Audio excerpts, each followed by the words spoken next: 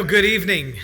So good to see you on this Sunday evening, and we had a wonderful time caroling, and thank you to those of you who went along with us. We had $20 donated. I was trying to figure out how I could split $20 among 60 people, and the one person I asked said very thinly, so you're going to have a very, very small amount.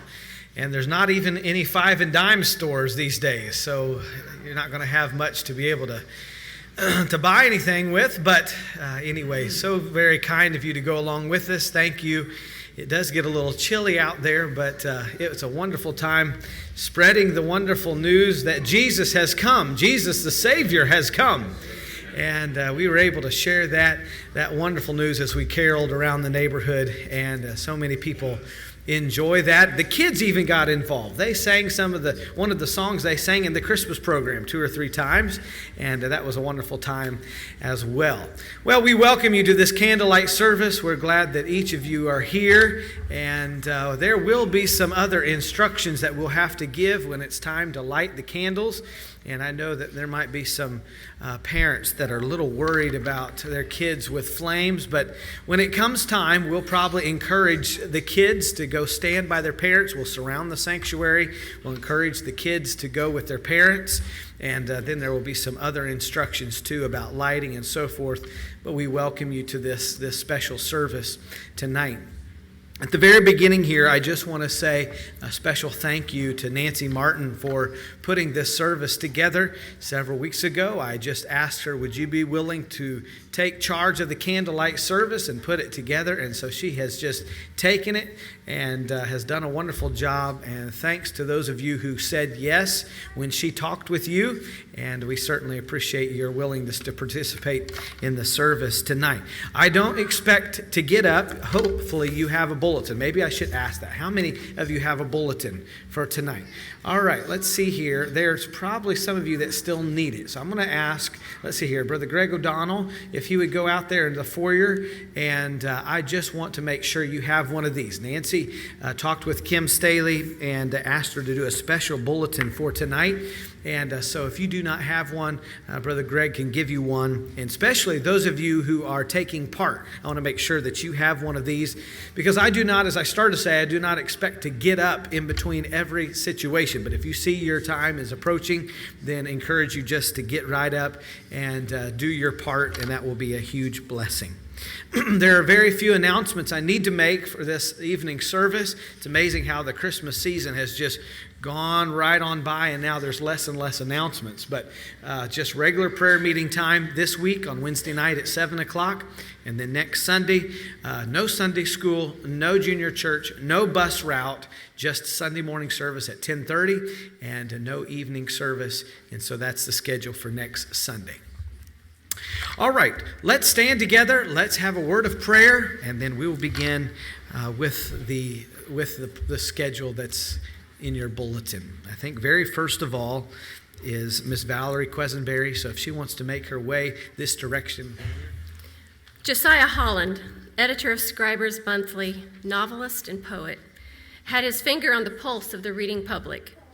In the 1870s, the nation was set on moving beyond the memory of the war between the states. Modernization was happening. Before the end of the decade, Alexander Graham Bell would patent the telephone, and Thomas Edison would invent the phonograph. Stephen Foster was writing his ballads, and Mark Twain would soon produce his masterful story titled Tom Sawyer. Emily Dickinson, the reclusive, brilliant melancholic, was sending forth her evocative lines. Coming out of the tragedy of the Chicago fire in 1871, American architecture was heralding the advent of the skyscraper. In fashion, women's clothing was becoming intricately designed, with bustles and drapings and frothy combinations of lace and layers.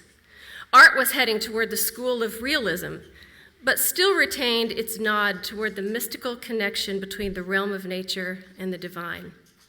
In 19th century American poetry, there was romance and lilt. Readers cared for not only fact, but for beauty and marvel. Into this setting, Holland set forth his pen to compose a poem for a Sunday school journal. He called upon the lyrical beauty of his trade as he described this setting of the Nativity.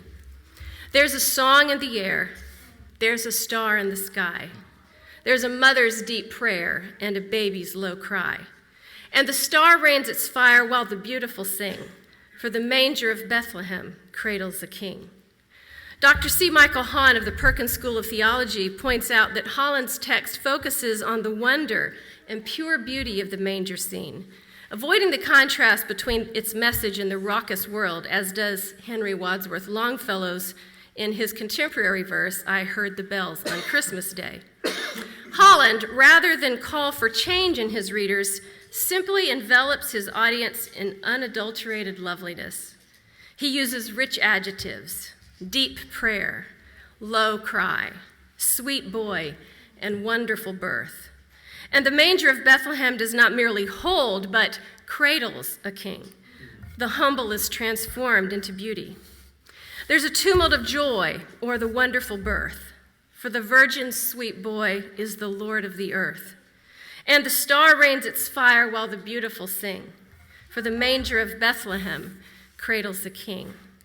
Holland images for us the wonder we feel as we kneel in the cattle stall, the awe of the heavenly glories marked in stars and angels, and the startling reality of a baby king in our midst.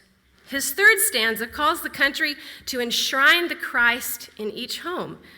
These words become, in his optimistic hands, a national anthem for Christmastide.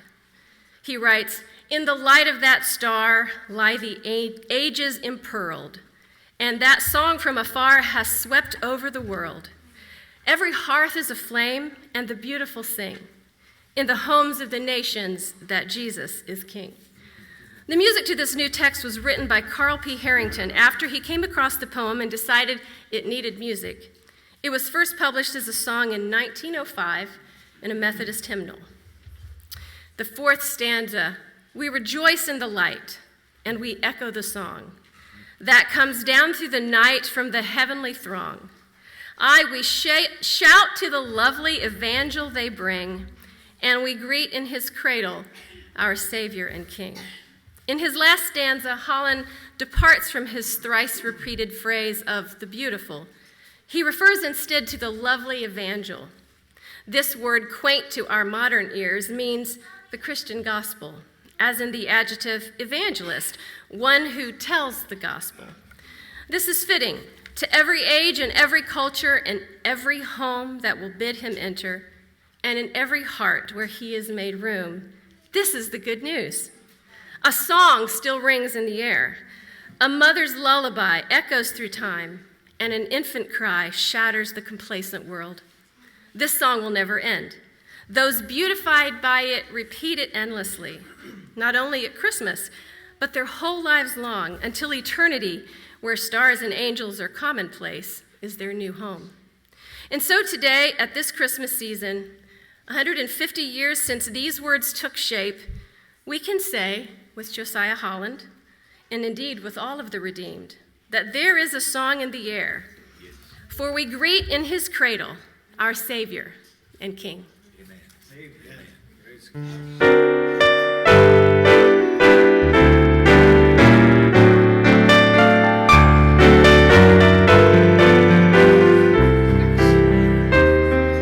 Number 176 in your hymnal, if you need the words. There's a song in the air, there's a star in the sky, there's a mother's deep prayer, and a baby's low cry, and the star rains its fire while the beautiful sing, while the manger of Bethlehem cradles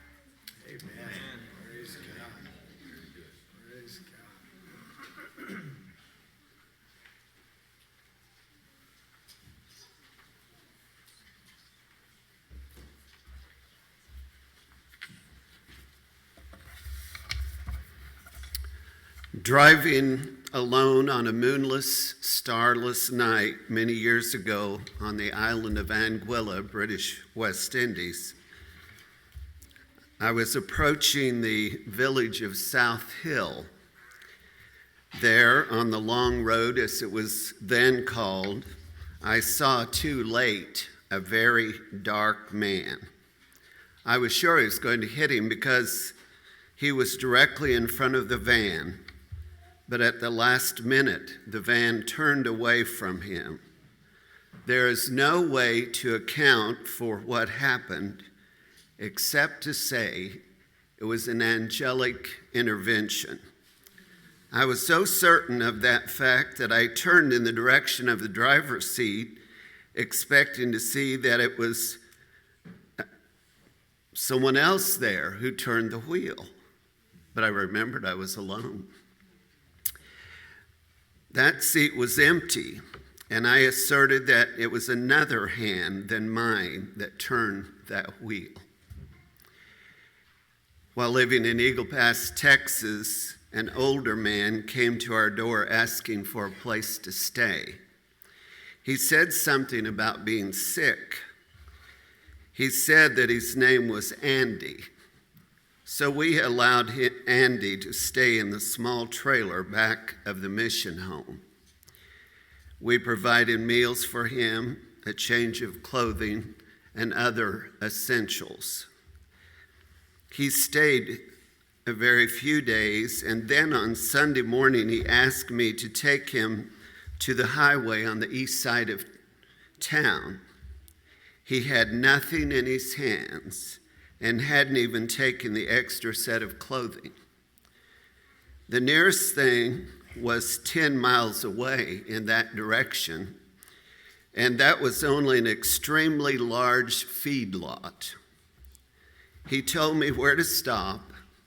I stopped and made a U-turn, and as I looked in the rearview mirror, I saw only an empty road. Where had he gone? Why had he been near us those days? Did he have a mission which we did not know about? We have often referred to him as the angel called Andy. Angels fascinate us and excite us, but few are seen. Likely that is because we would find ourselves worshiping them rather than the God who sends them. Yes, I believe that God does send them, and we need them despite what I heard a theologian say. He denied that we need them because we're indwelt by the Spirit. I contend that if Jesus benefited by the ministry of angels, then we too could and do receive their aid. Having so said, imagine with me that night on a hillside outside of Bethlehem how an angel appeared to shepherds who were watching their flocks. The shepherds were afraid at the sight of an angel, just as we would be if one appeared to us. The angel declared that he had come to bring them good tidings of great joy. Then the angel was joined by a heavenly choir. Some debate whether they sang. I believe they did. It was the first Christmas choir on record. James Montgomery's poem appeared in the Sheffield Register newspaper that he had edited for 31 years. The date was December 24th, 1816. Later, it was published in a hymnal titled Montgomery's Original Hymns, and was known as Good Tidings of Great Joy to All People. We know it as Angels from the Realms of Glory. You will notice that James Montgomery used a unique style to address the Christmas message. In verse 1, he speaks of the angelic chorus. In verse 2, he writes of the shepherds. In verse 3, he introduces the wise men. And in verse 4, today's believers are called to worship Christ our King. Come, let us worship and bow down before the hope of the ages and our hope for 2023. He will attend our needs and intervene in our circumstances. Angels, shepherds, sages, and saints, come and worship.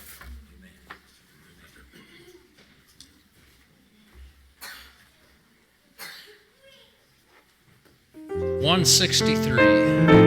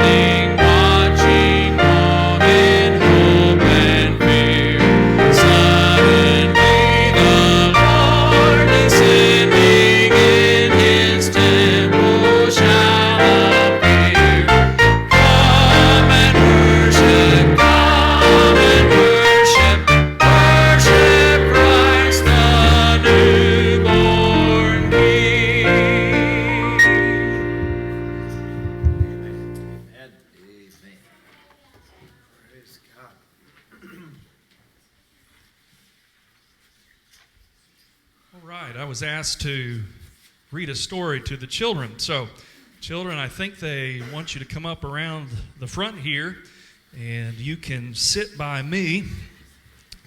All right? And we're going to tell a story, all right? So I picked a story that you might like, but I also picked a story that hopefully some of those old people back there would like. How's that? All right. I'm old. Now I have to wear some of these glasses.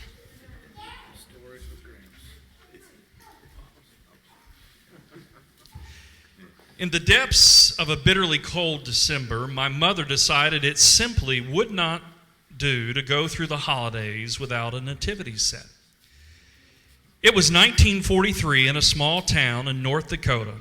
My father worked for an oil company during my growing up years, and we moved around to several different parts of the state with his job. At some point between one move and another, we lost our family's little manger scene.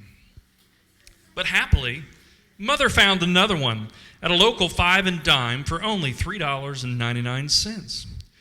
When my brother and I helped her unpack the set, however, we found 2 figurines of baby Jesus. Mother frowned. Someone must have packed this wrong, she said, counting up the pieces. We have 1 Joseph, 1 Mary, 3 wise men, 3 shepherds, 2 lambs, a donkey, a cow, an angel, and 2 babies. Oh dear, I suppose someone at the store, or some set up the store, is missing baby Jesus.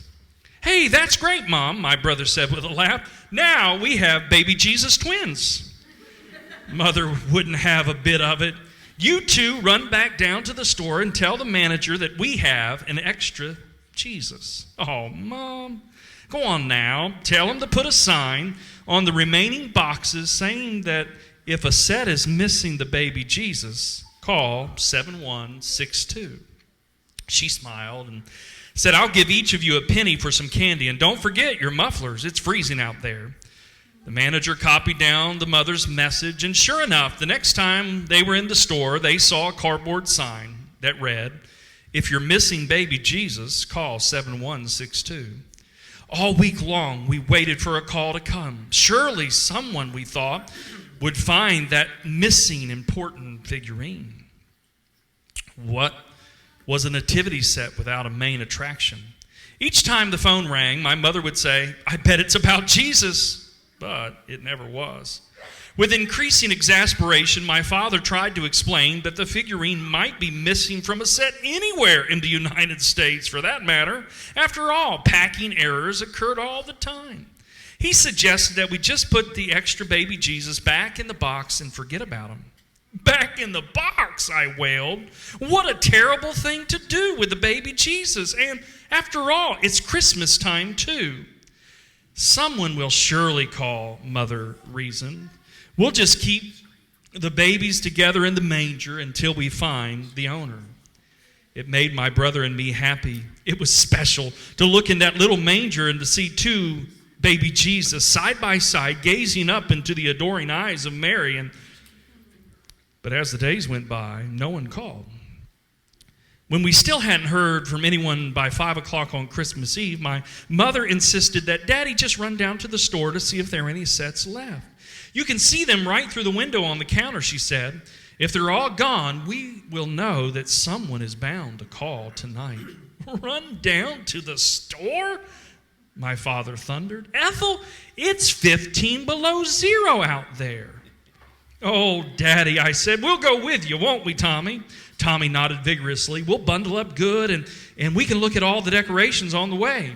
My father blew out a long sigh and headed for the front closet. I can't believe I'm doing this, he muttered. Every time the phone rings, somebody yells at me to see if it's about Jesus. And now I'm going off on the coldest night of the year to peek in some store window to see if he's there or not.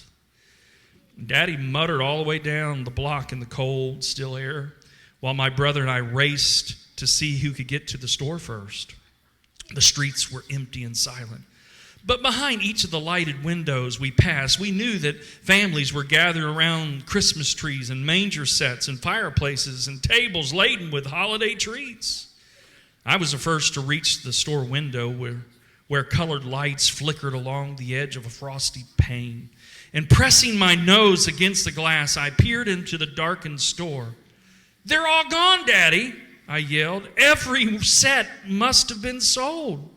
Hooray, my brother cheered, catching up with me. The mystery will be solved tonight. My father, who had seen no logical reason to run, remained yards behind. When he heard our tidings, he simply turned on his heel and started for home. Inside the house once more, we were surprised to see only one baby Jesus in the manger. Where was the twin? For that matter, where was Mother? Had she vanished too? Daddy was unperturbed. Someone must have called, he reasoned, pulling off his boots. She must have gone out to deliver the figurine. Just a second.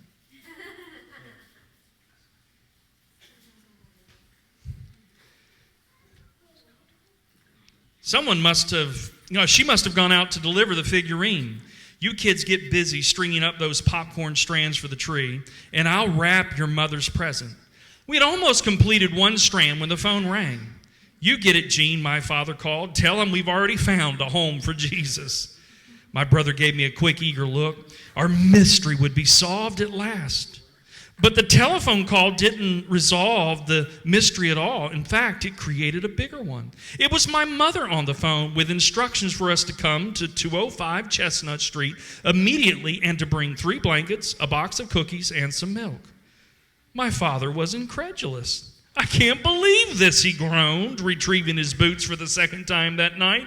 "What in the world has she gotten us into now?" He paused. 205 Chestnut? Well, that's 8 blocks away. Wrap up the milk and the goods in the blankets, or it'll turn to ice before we get there. Why in the world can't we just get on with Christmas?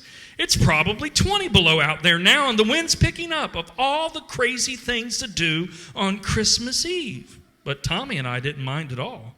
It was Christmas Eve, and we were in the middle of an adventure. We sang carols at the top of our lungs all the way to Chestnut Street.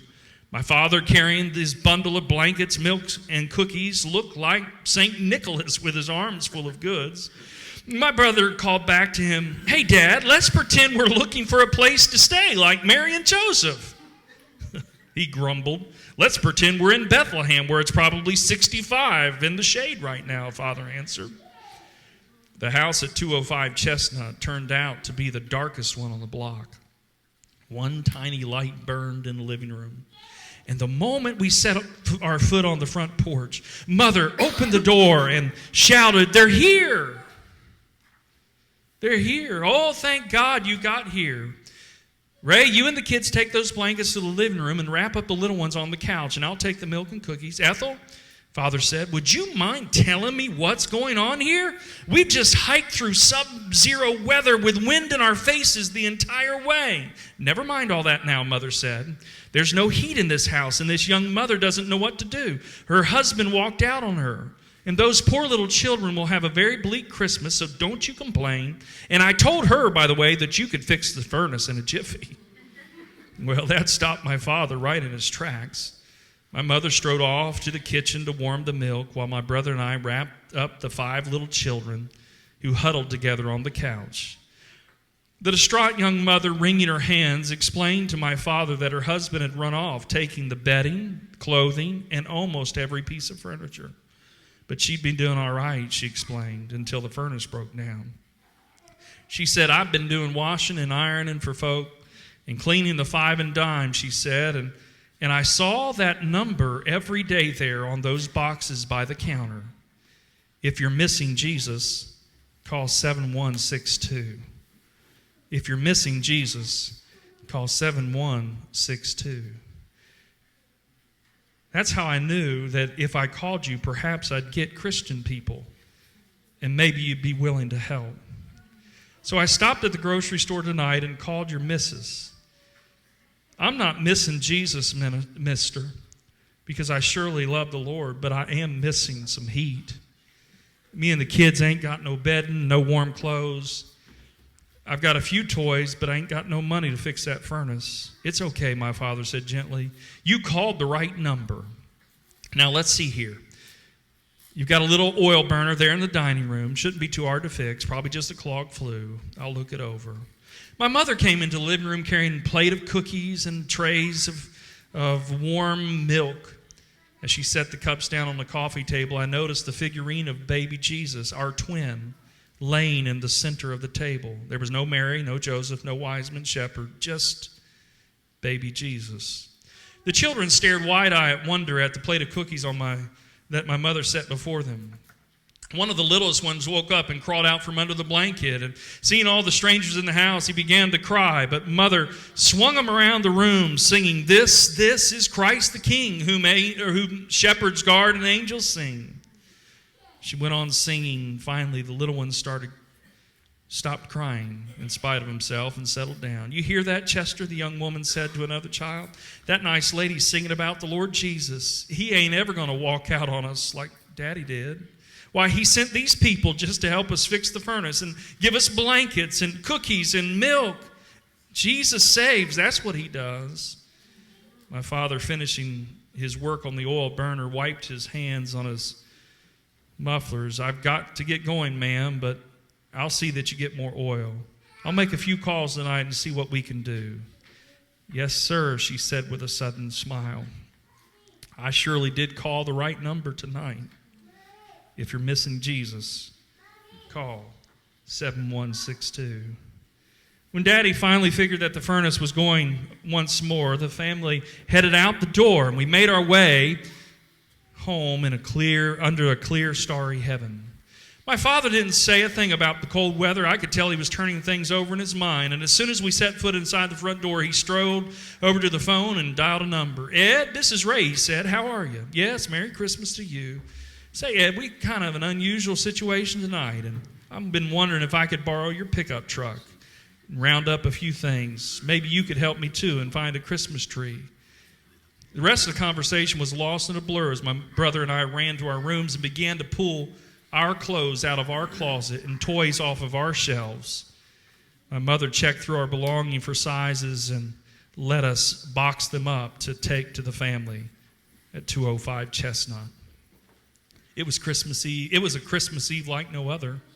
Instead of going to bed in a snug, warm bed, dreaming of a pile of presents to open on Christmas morning, we were way up past our bedtime, wrapping gifts for a little family that we just met. The men my father called found oil for the furnace, bedding, 2 chairs, 3 lamps, and they made 2 trips to 205 Chestnut before the night was done. On the second trip, they let us go too, even though it must have been 30 below by then. Father let us ride in the back of the truck with our gifts stacked all around us. My brother's eyes danced in the starlight, and without saying anything, we both knew that Christmas would never be the same after this. The extra baby Jesus in our house hadn't been ours to keep at all. He was someone else's for a desperate family in a dark little house at 205 Chestnut Street. Someone who needed Jesus just as much as we did, and we got to take him there.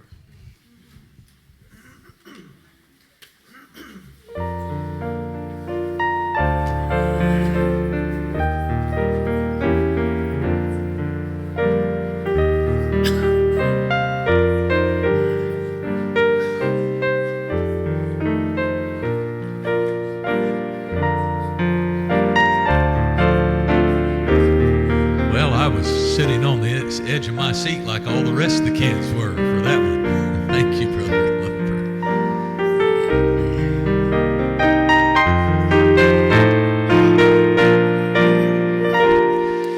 Ring the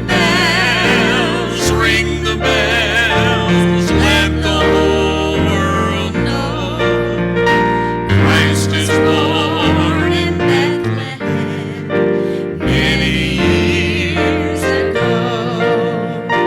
Born to die that men might live, came to earth new life to give. Born of Mary, born so low, so many years ago. God the Father gave the Son, gave His own beloved one to this wicked, sinful world to bring mankind His love new birth. Ring the bells, oh ring the bells, let the whole world know Christ is Savior lives today, as He did so long ago.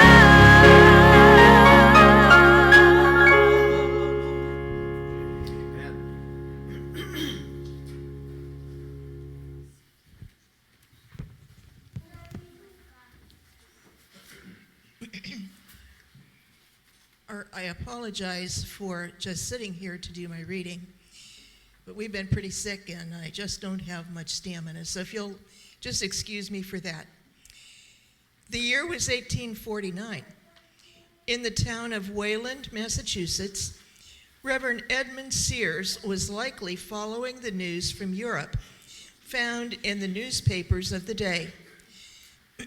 Over the course of the previous 2 years, Revolution had swept across some 50 European nations, leaving a trail of death and discord.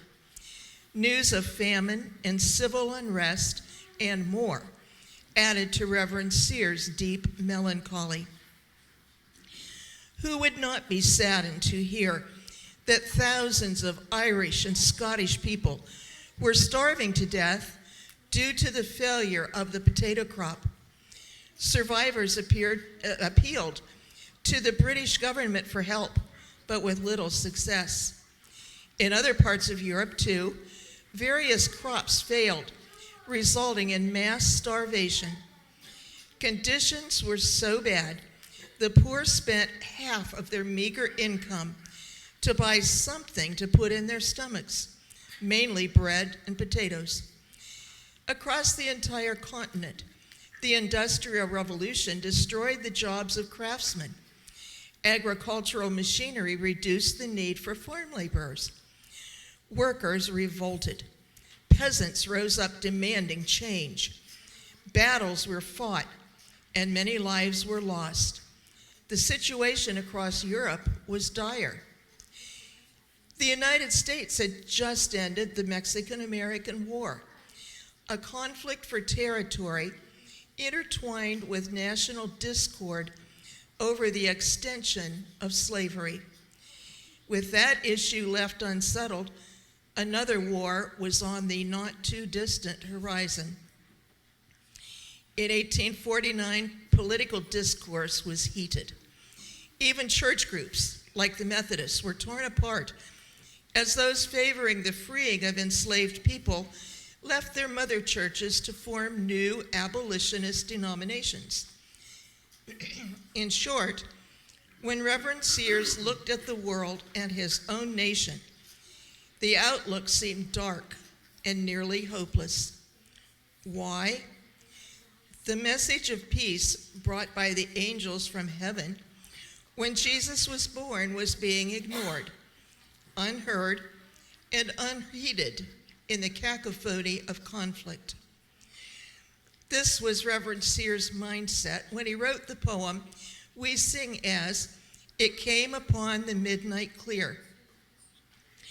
Rather than focusing on the Christmas narrative in Bethlehem, this carol addressed Sears' feelings about his own time and the issues of war and peace. His emotions appear in a stanza not found in many hymnals today. But with the woes of sin and strife, the world has suffered long. Beneath the angel strain have rolled 2,000 years of wrong. And man at war with man hears not the love song which they bring. Oh, hush the noise, ye men of strife, and hear the angels sing. During the 173 years since Sears wrote this song, the world has been anything but peaceful. Even now, war rages between Russia and Ukraine. There is constant unrest in the Middle East. American politics is anything but peaceful. Our Judeo-Christian culture is under relentless attack. To look at the world today without looking to the one in ultimate control results in nothing but heaviness of heart and even fear for the future. But God still speaks. He still speaks his message of peace to those who will heed his voice.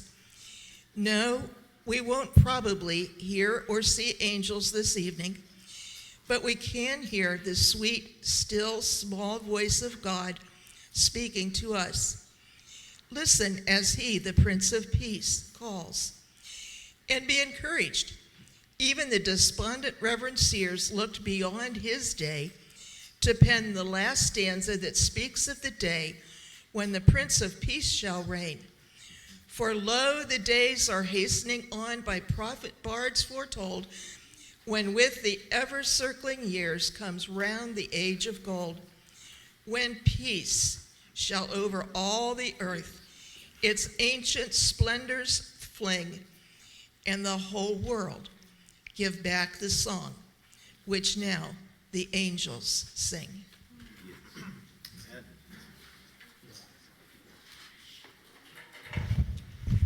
Number 182.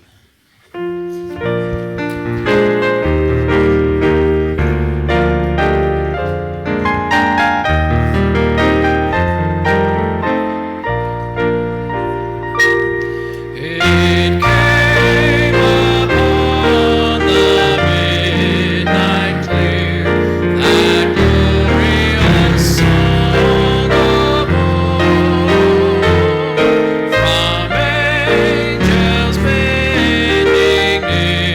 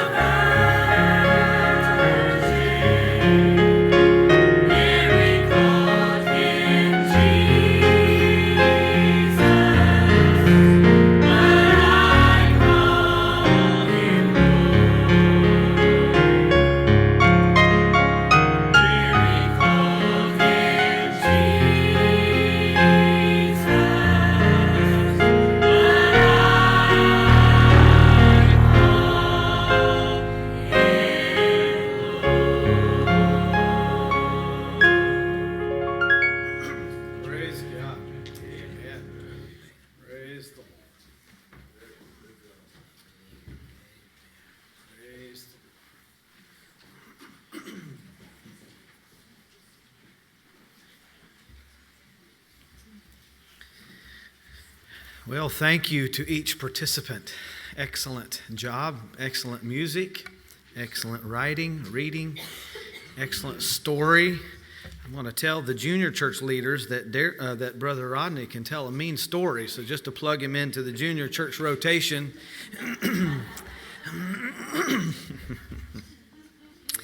Stories with Pops. That kind of has a ring to it, doesn't it? We find our text for this homily in Isaiah chapter 9 and verse 2. And the prophet writes, "The people that walked in darkness have seen a great light. They that dwell in the land of the shadow of death, upon them hath the light shined." All of us here tonight have experienced darkness of some sort. Let me see your hands if you would consider yourself having lived or are living in the city. Can I see your hand, living in the city? We all know about city dark, right? But then you go out to the country, and there is country dark, right? But nothing really compares to underground dark. How many have been to Mammoth Cave? How many have been on some of those self-guided, or not self-guided tours, but a guided tour through that area? At some point, probably, the guide said something like this: "Now I'm going to shut off all the lights."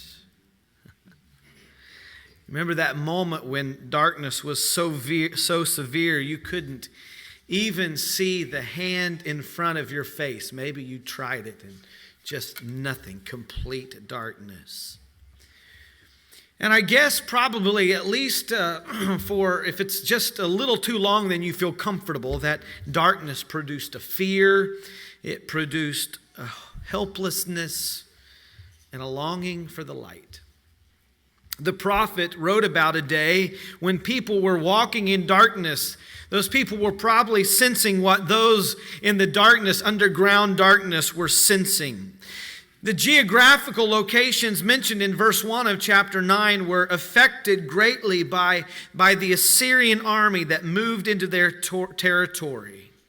But it would be also an area that would be greatly affected by the Messiah who would come. Perhaps they too were filled with fear and despair and lostness. But the prophet goes on to say that those who walked in darkness have seen a great light. Now, I know it's darker in here than normal, but if you can see, I want you to look at Matthew chapter 4 briefly. Matthew chapter 4, this chapter gives us a very clear answer about this light that shined. After Jesus is victorious over temptation in the beginning of his earthly ministry, very quickly Jesus heads somewhere. Where does he go? Look at verse number 12. "Now when Jesus had heard that John was cast into prison, he departed into Galilee. After leaving Nazareth, he came and dwelt in Capernaum, which is upon the seacoast, in the borders of Zebulun and Naphtali." Compare that, cross-reference that to Isaiah chapter 9 and verse 1. This is the area that Isaiah had spoken about, who had been affected by the Assyrian army. And Matthew then links the ministry of Jesus with the ancient prophecy. Listen to what it says, that it might be fulfilled, back in Matthew chapter 4, that it might be fulfilled which was spoken by Isaiah the prophet, saying, the land of Zabulon and the land of Nephthalim by the way of the sea beyond Jordan, Galilee of the Gentiles, the people which sat in darkness saw great light. And to them which sat in the region and shadow of death, light is sprung up. Matthew very clearly takes us from Isaiah chapter 9 and tells us that Jesus is indeed this great light. In this short homily, I just want you to know that Jesus is the light that dawns on your darkness. Very briefly, I want to take you to 3 different places in Scripture where there was physical darkness, literal darkness, and along with it another kind of darkness, and show how the light of Christ dawned upon them. First and most obvious, I would suggest that there is the darkness of sin. I would point you to John chapter 3. You remember this occasion? Nicodemus came to Jesus by what? By night. The cover of darkness. He was perplexed. He was plagued by sin. But in his darkness of sin, the light dawned upon him. Jesus spoke to him on that occasion. Talked about being born again. He said the Son of God came not into the world to condemn the world, but that through him he might be saved. For God so loved the world. Oh, what was it? It's words spoken to Nicodemus, a man plagued by the darkness of sin. And you know what? I don't know. I can't tell you what Nicodemus did that night. But I can tell you the light had dawned upon him. He had seen the great light. He had seen the light of the world. And I would just tell you on this Sunday night, if your world is dark with sin, the light is dawning upon you. The light of Christ can dispel the darkness of sin in your heart. Secondly, I would point out the darkness of despair.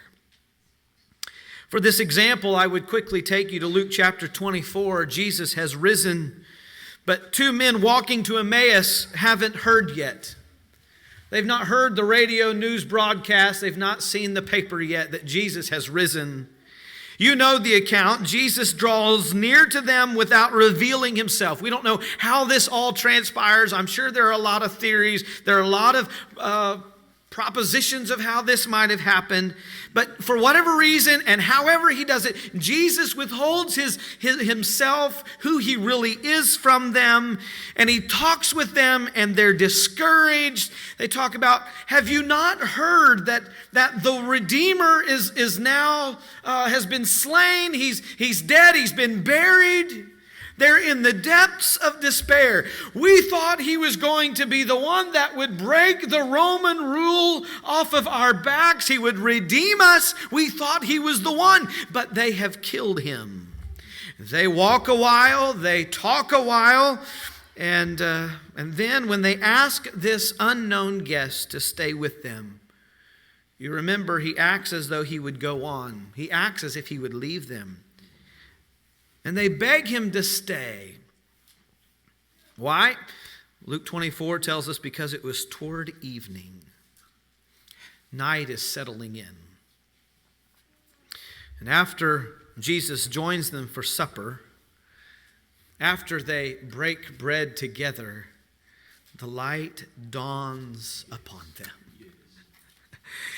Jesus reveals himself. Somehow the scales are taken off. And he reveals himself to them. And they eventually said, didn't our hearts burn within us? My guess is that someone here tonight, while certainly not in the darkness of sin, could be in the darkness of despair. Things just didn't go as you planned. Things that you weren't expecting. Things that came as a shock to you. And it's kind of turned you into a sense of despondency and discouragement and despair. I want you to know, if that's you, this Christmas, the light of Christ can dawn upon you. The darkness of despair can be replaced with the light of hope. And then finally, I would suggest the darkness of loneliness and uncertainty. Matthew chapter 14, the disciples are in a storm. I won't give you all the details, but you remember it was night and it was dark. But Jesus showed up, and he told those troublesome, worrisome disciples, "It is I. Do not be afraid." The light showed up on the Sea of Galilee and offered them his presence. This Christmas, someone is feeling lonely, someone's feeling uncertain. But I want to tell you, the light has dawned. The light has become our Emmanuel, God with us. This Christmas, as the light has dawned upon your sin, despair, loneliness, and uncertainty, let's rejoice that the light has dawned upon us. And then let's not only rejoice, but then let's reflect that light to others. We're coming to the part of the service where we're going to have the actual candle lighting ceremony. And so I'm going to give you just a couple of instructions. I'm going to ask Regina if she'll come ahead to the keyboard and begin playing. And just a few instructions. Before the lights go down, Brother David, I want children, I'm going to say 12 or 11, let's go with 11. 11 and under, maybe go back with your parents. Right now, go find your parents in the light, okay? So you can see them, and I want you to be close by to them as we do this lighting of the candles. We are also, once the children are with their parents, we are going to, in just a moment, begin surrounding the church. And I think we're going to make a circle all the way around rather than doing it in the pews.